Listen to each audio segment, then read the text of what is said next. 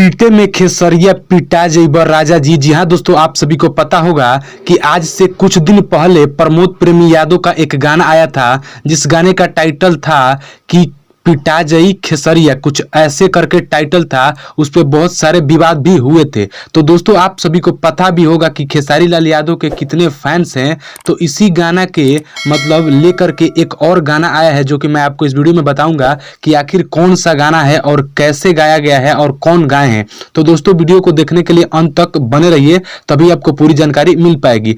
दोस्तों, बता दें कि इसी गाने के विरोध में एक गाना आया है कि पीटे में खेसरिया पिटा जइबो राजा जी। जी हाँ दोस्तों, प्रमोद प्रेमी यादव का गाना आया था कि खेसरिया पिटा जाई ऐसे करके।